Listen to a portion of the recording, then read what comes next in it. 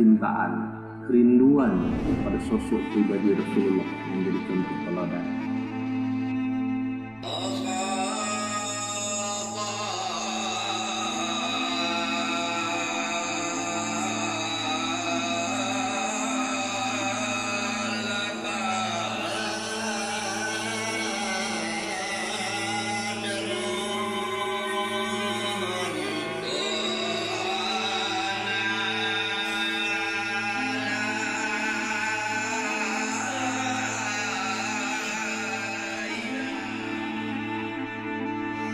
Berjanji itu menjadikan spirit, menjadi kekuatan.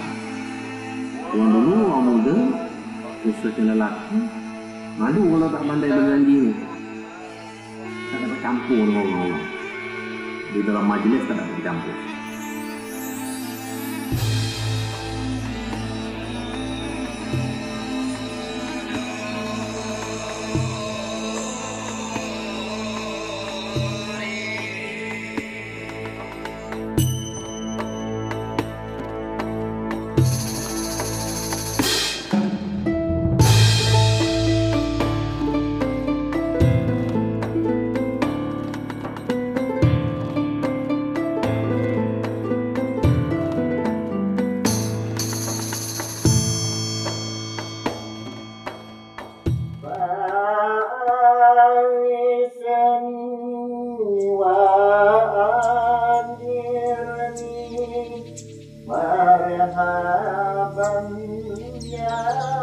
Sebab kita melantunkan itu pada macam-macam, di situ hanya kita tentang riwayat Nabi. Kita melantun sebentar daripada dia datang lahir. Jadi kita itulah yang kita lantunkan dengan lagu-lagu itu.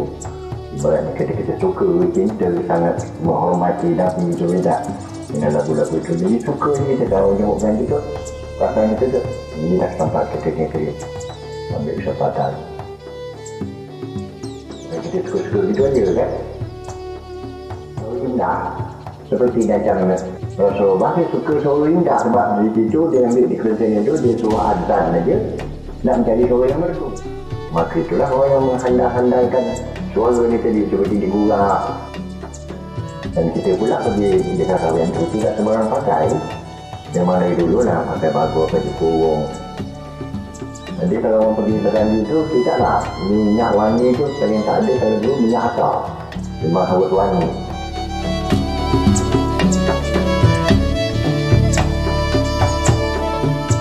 Dan dulu orang yang terhormat, kena hormat itu dia datang tu dengan pakaian yang sangat indah, dia bagus.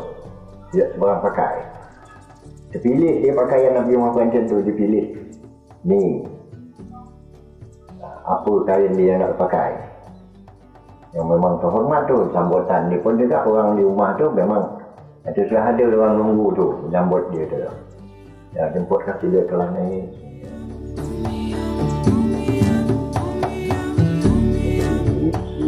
Biaskan kita nyambut seorang pemimpin yang datang tu kita pilih nak nyambut apa lagi pula kita melanturkan riwayat Nabi, menandakan kedatangan kelahiran Nabi itu sebagai satu penghormatan. Dan ini haruslah kita beri dalam padu kita memandangkan itu satu kehormatan itu, mengagungkan itu. Dan juga di dalam padu itu dia punya ada dalil itu dulu. Sebabnya tadi waktu dulu pernah Nabi itu duduk-duduk sama sahabat datang ke tamu, Nabi mengatakan dia dengan mata, dengan sabda dia, "Qumu ila sayyidikum." Berdirilah kamu menyambut ketua kamu. Apakah lagi kita di dalam memandang kisah dia. Dia sebagai satu pengagungkan, sebagai satu kehormatan.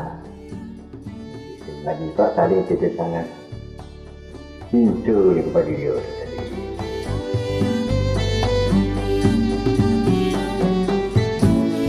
Dan lagi pada dalam hidup kata dalam siapa tidak mesti seolah-olah macam dia tak suka. Jadi itu kita kalau bersama tamu kita tak beri.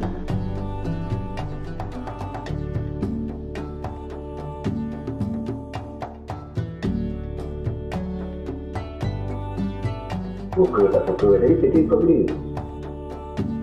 bagi yang mampu jadi tidak diwajibkan semua.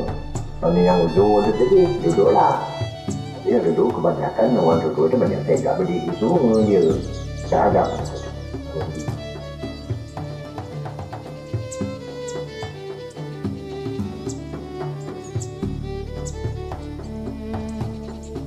Aku yang namakan ketua sebagai pendidik yang khalifah itu tadi orang yang dipandang agak boleh yang artinya pasti itu di dalam mengadakan berjanji itu tadi.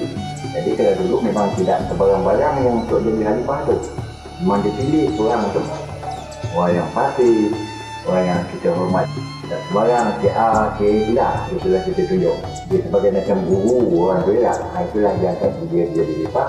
Dan juga di samping itu ada nama pembantu dia.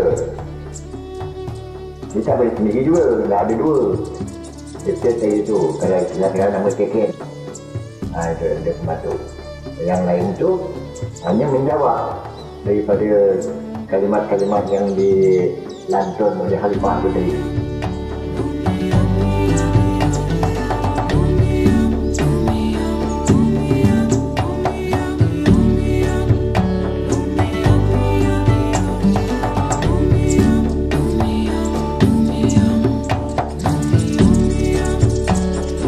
Tadi saya dah boleh buat saya. Terputus dia. Kalau satu orang tu bisa terputus. Kalau yang dulu kita jawab berjanji itu nak kena. Itu bedanya dengan sekarang. Nak kena. Jadi di mana khalifah itu terputus, di situ kita baru menyambut. Tak boleh kita merampas. Kita malah dia orang berkali mandu. Jadi kita tengah-tengah kalimat itu tadi kita sambut. Itu nama istilah merampas lagu orang tu. Kita biar dulu khalifah tu di mana sampai dia tadi putus, baru kita sambut. Dalam berjanji itu kita punya 3 suara.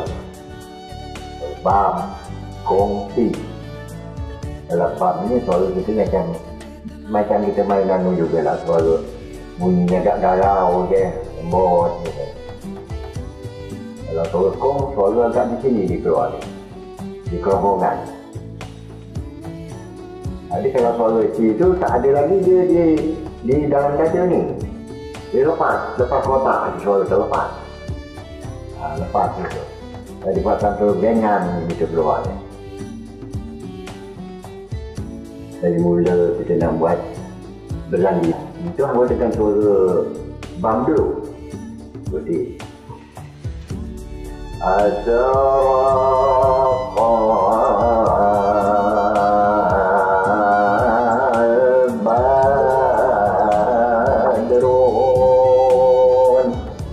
sebab namanya kalau kita ambil suara tinggi dia tak bisa kita betul. Jadi kalau tiba tentang hadi yang berbunyi suara kong itu kita berbunyi. Jadi kita hadi yang begini dia.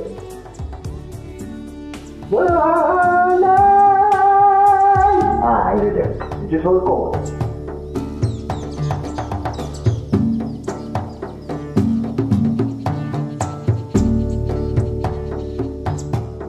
Kalau kecil lagi, dia nak luarkan susah tu. Kecil je.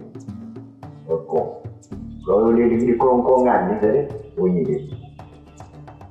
Jadi kan tidak kita sebut, kalau suara biasa dia, datang, dia jam angkat daripada bang. Fa'alaika Allahu ta'ala. Itu kalau umum biasa lah. Kalau korang itu kita naik. Wah, dia keluar daripada kerongkongan. Kalau nanti sudah lain lagi dia bunyi. Ya. Itu dia kecil tu. Kecil lagi suara dia tu.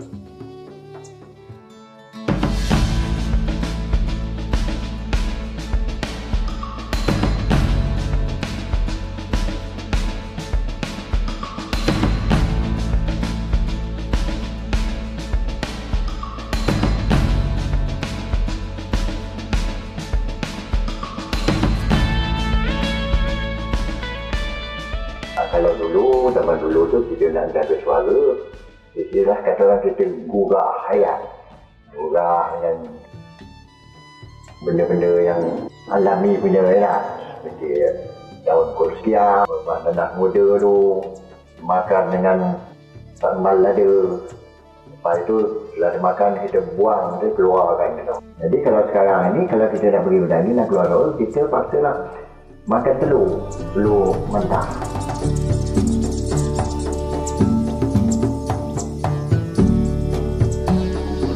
Kalian besar gunanya yang demikian. Rokok itu menjadi hampar, tidak menjadi minuman yang lapar.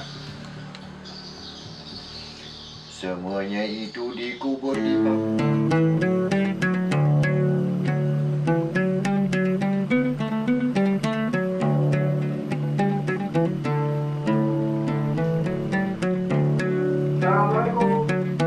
Siapa? Saya. Tak, naik tak?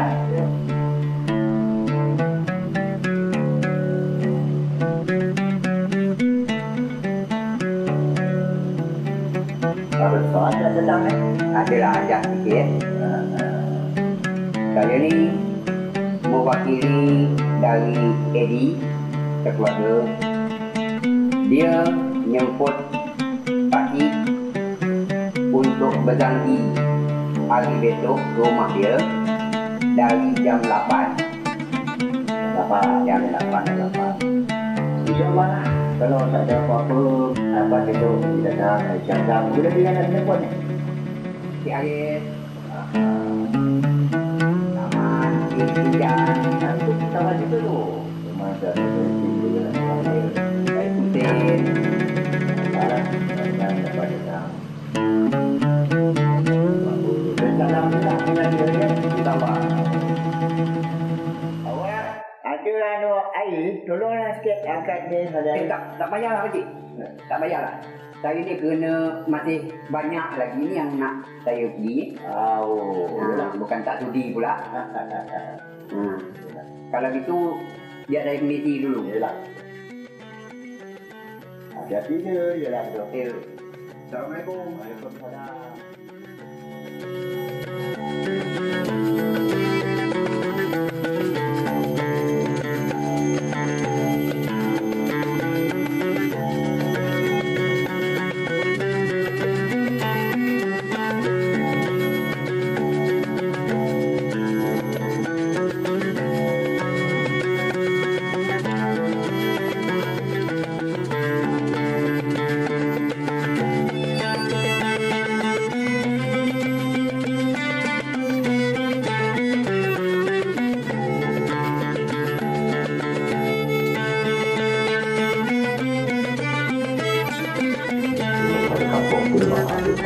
Ahli-ahli berani mulut. Kalau berani kampung ini, mau dari zaman dulu lah, begini dia. Yang begini dia. Sebab bukannya satu macam lagu, tapi khususnya di Dayak ni memang satu lagu tu lah. Lagu yang dibawa seperti yang nyatu sekarang tu, Mefa lah. Sebab orang Mefa tu dia dengan Dayak ni, dia agak macam menyatu. Jadi kalau zaman kami itu dilaksanakan seperti di rumah nikah kahwin. Kalau sampai time pada bulan-bulan tertentu, dia adakan surau. Itu untuk memperingati hari Maulid Nabi. Kalau jadi wanita kahwin, tetaplah di rumah-rumah orang. Jarang memberikan di sana. Jadi dia adakan orang menikah kahwin sebagai tanda dia. Maka kita bentukkanlah menjanji sebagai tanda di situ ada dalam mengadakan pernikahan di situ ada orang suka nampak. Maka dari orang berjanji itu dia adalah dibuat dalam pada pernikahan kahwin. Ada bedanya antara orang mati dengan orang bersekeri itu. Itu menurut pendapat orang tua kita. Bedanya janji di surau ni bedanya agak cepat ya. Kerana di masjid tu barang-barang itu sudah tersedia.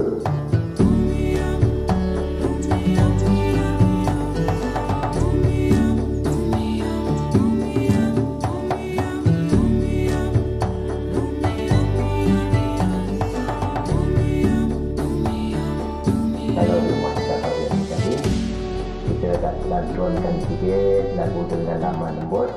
kena menyatu dengan orang tukang masak di dapur tu. Ya, jadi, kalau kita umpama dekat, orang tukang masak di dapur tu belum masak lagi. Kita memang lagu orang itu agak dialon-alonkan sikit.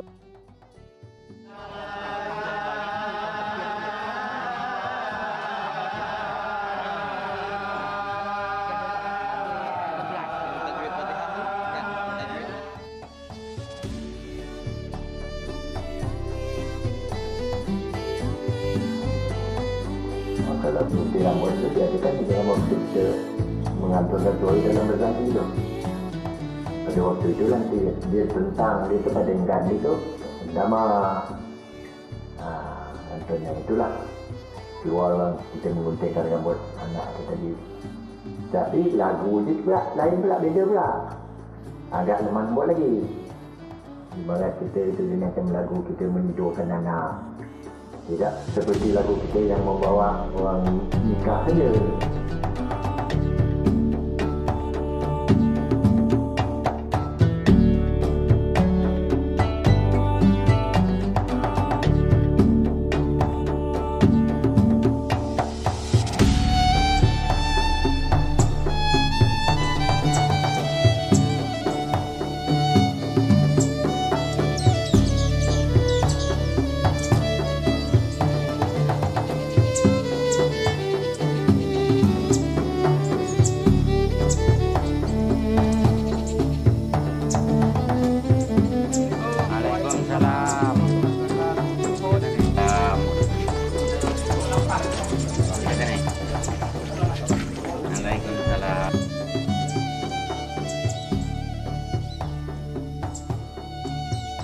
Jadi kalau kita pagi kita makan berapa padanya, awak tidak ditentukan lah. Tapi ada air kita makan air, ya, makan pagi betul.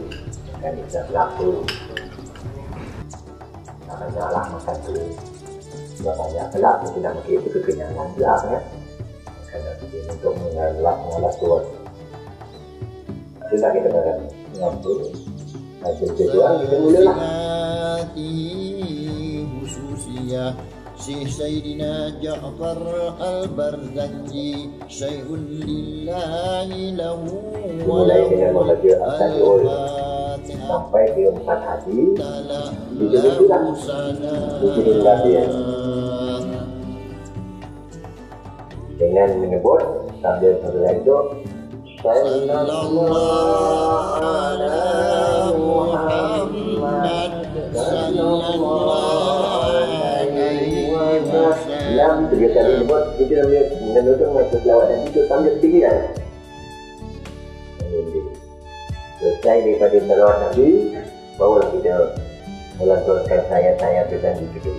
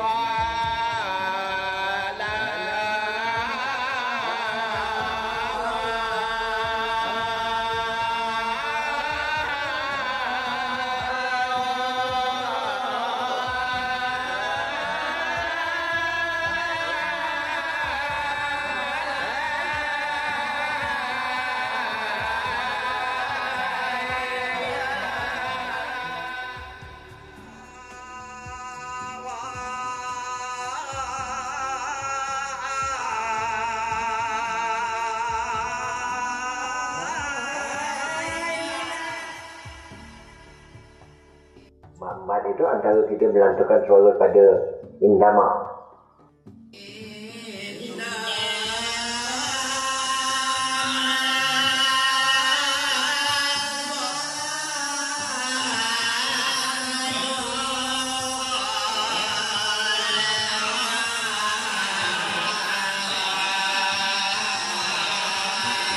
Seolah orang tadi Muhammad gitu lagi belum.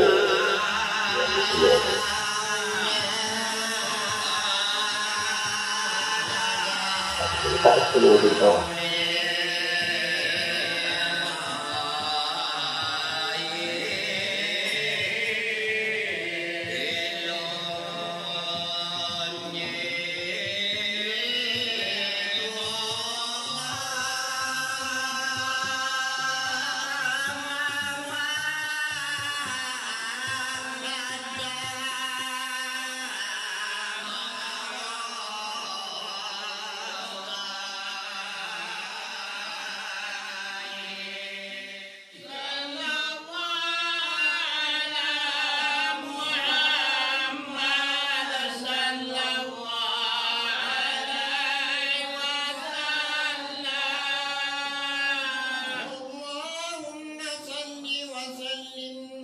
Sampai habis santunan tadi dah sudah selesai semua, barulah kita duduk.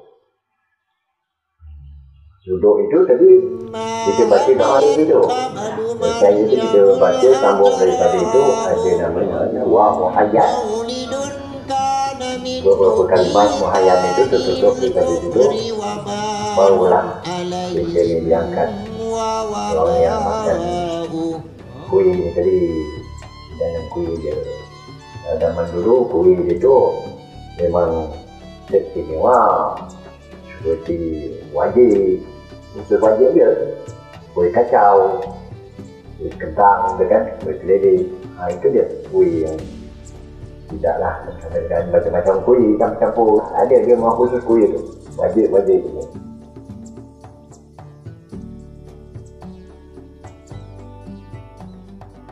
Selepas daripada itu, kalau tak ada apa-apa orang berkata apa semua tadi, barulah kita bacakan doa.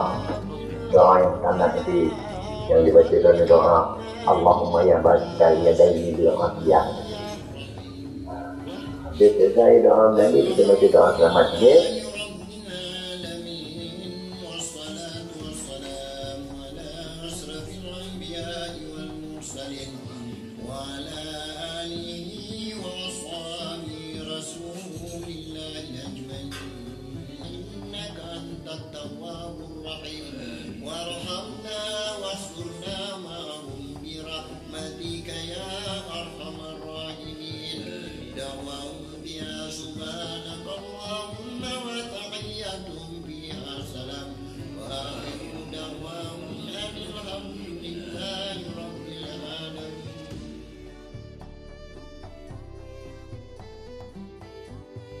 Ya, sebentar orang mengangkat makan besar.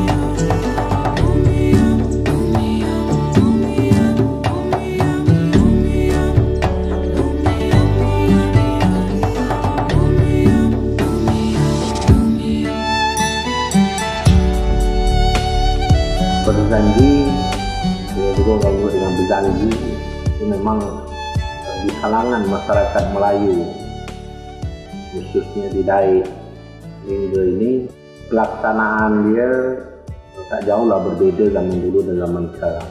Cuma situasi zaman dulu dengan kondisi terkini hari ini, masyarakat Melayu yang identik dengan Islam, bahwa tradisi berjanji ini merupakan sesuatu hal yang memang di kalangan masyarakat, kalangan pemuda, kalangan orang tua wajib tahu. Mereka di mana tempat mereka berselawat. Janji ini melambangkan kecintaan kerinduan pada sosok pribadi Rasulullah yang menjadi contoh teladan. Jadi dalam kehidupan Nabi itu memang ada suri tauladan, akhlak yang perlu ditiru, sehingga selawat Nabi berjanji itu menjadikan spirit, menjadi kekuatan secara batinnya. Orang dulu, orang muda, khususnya lelaki, malu kalau tak pandai berjanji ni, tak dapat campur dengan orang Allah. Di dalam majlis tak dapat campur. Prosesi berjanji dia merupakan bagian daripada Maulid Nabi. Artinya ketika Maulid Nabi, hari kelahiran Nabi. Jadi pada bulan Hijriah itu ada bulan 4 nama, mulai daripada Rabiul Awal, Rabiul Akhir, Jumadil Awal, Jumadil Akhir.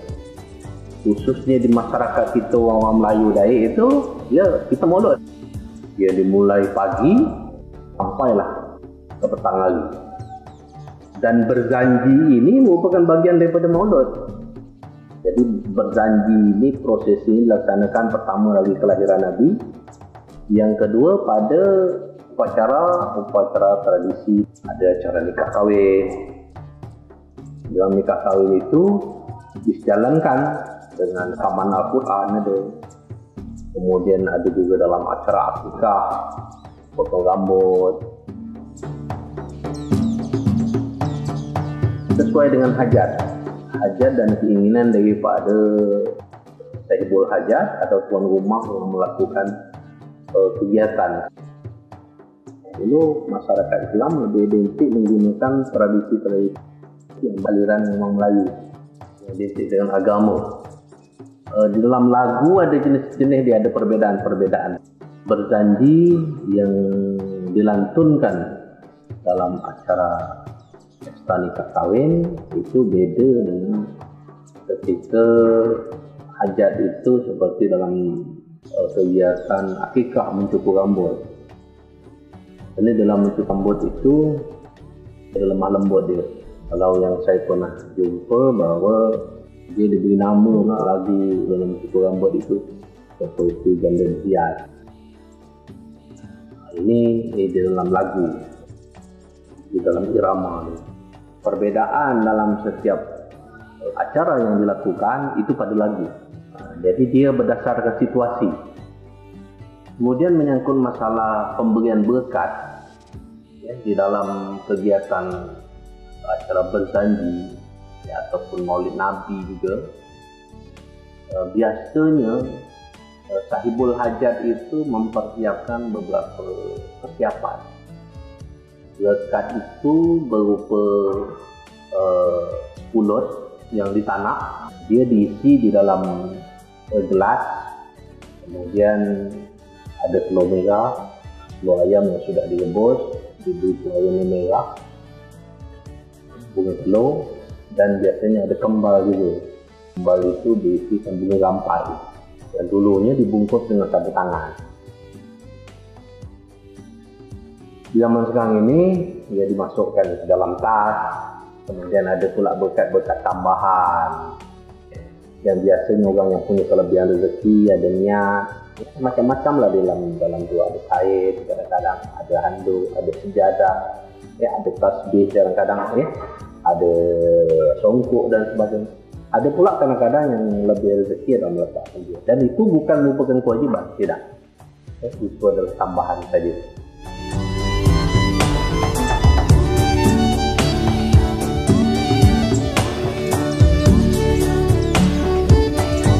Jadi di dalam mempelajari salawat berjanji dan maulud, di zaman dulu itu yang menjadi leader itu orang tua. Jadi di masing-masing rumah itu dulu ada buku maulud berjanji ini. Itu pertama. Yang kedua memang di sekitar kampung ataupun lingkungan daripada penduduk di zaman itu memang, ya, masing-masing orang ada tempat belajar. Jadi tempat belajar berjanji ini bukan hanya tempat berjanji saja. Guru yang biasa mengajar berjanji ini tidak hanya punya keahlian berjanji saja. Mereka punya kesenian zapin, ya, sehingga di situ menarik kita untuk belajar berzapin. Kemudian kita berkompang, berhadrah.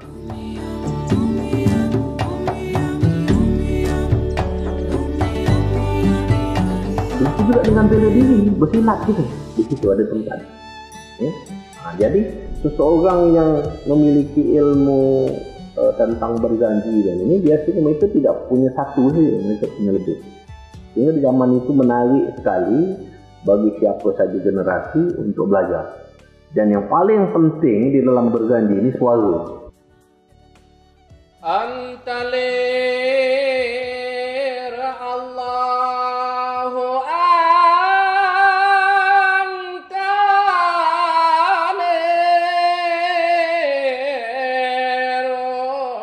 Rasulil khitamu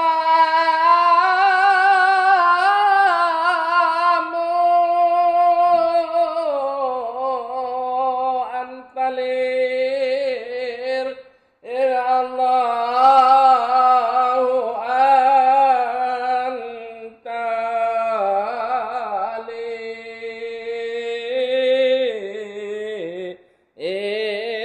maula asyukuri marhaban Allahumma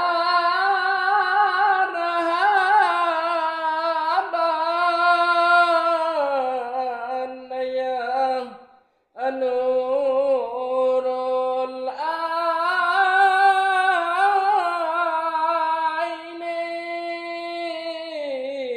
marhaban Allahumma marhaban ya jadal usaini.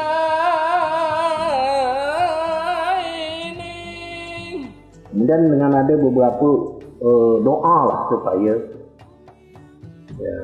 suara kita menjadi bagus. Selain baca bismillah, salawat, ada jampi-jampi Melayu juga. Contoh seperti kapas ton kapas, kanan mari pipi laut, awal ku lepas, sore ku lepas, berkat mangkai pantasnya di laut. Menyangkut masalah kebijakan pemerintah di dalam memandang seni berjanji ini, melalui Dinas Kebudayaan Kabupaten Lingga dan Lembaga Adat Melayu Riau Kabupaten Lingga, bahawa memang seni berjanji ini tak boleh hilang dari bumi bunda tanah Melayu. Dan dia merupakan khazanah budaya yang perlu tetap dilestarikan. Dan ini merupakan warisan ini. Nenek moyang kita dulu memang kegiatan keagamaan ini, apalagi seni berjanji ini, salawat dan berjanji ini, ya, kegiatan yang boleh dikatakan dia masuk dalam kegiatan wajib dalam kegiatan keagamaan seperti nikah kawin dan sebagainya. Jadi melalui Dinas Kebudayaan dan lembaga adat, kita juga sudah berupaya bagaimana seni berjanji, salawat berjanji tetap lestari. Salah satu adalah kita dengan mencetak, membuat buku bacaan salawat berjanji yang mudah dipelajari oleh orang awam. Dengan literasi kita masukkan aksara Melayu dengan bahasa Indonesianya di bawahnya kita tulis supaya mudah dipelajari oleh orang awam. Kemudian ada beberapa kegiatan juga yang kita lakukan, baik itu melalui Dinas Kebudayaan dengan Lembaga Adat Melayu di dalam melestarikan ini, yaitu pelatihan-pelatihan di setiap lembaga adat Melayu yang terbentuk, baik itu di tingkat kecamatan, di kelurahan dan desa. Dan kegiatan ini terus kita kembangkan di masing-masing wilayah.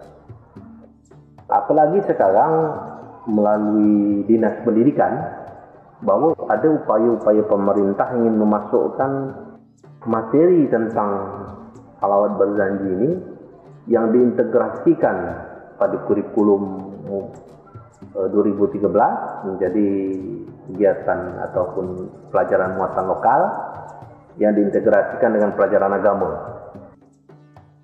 Itulah upaya-upaya pemerintah di dalam melestarikan ataupun di dalam menggiatkan kegiatan-kegiatan keagamaan tentang salawat berzanji ini kepada generasi muda.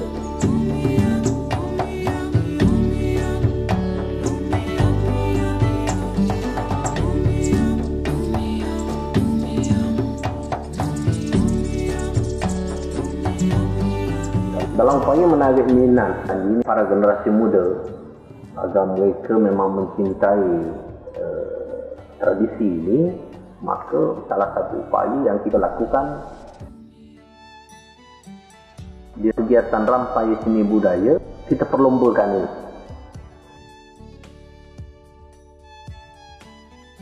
Ya, ini harus kita masukkan.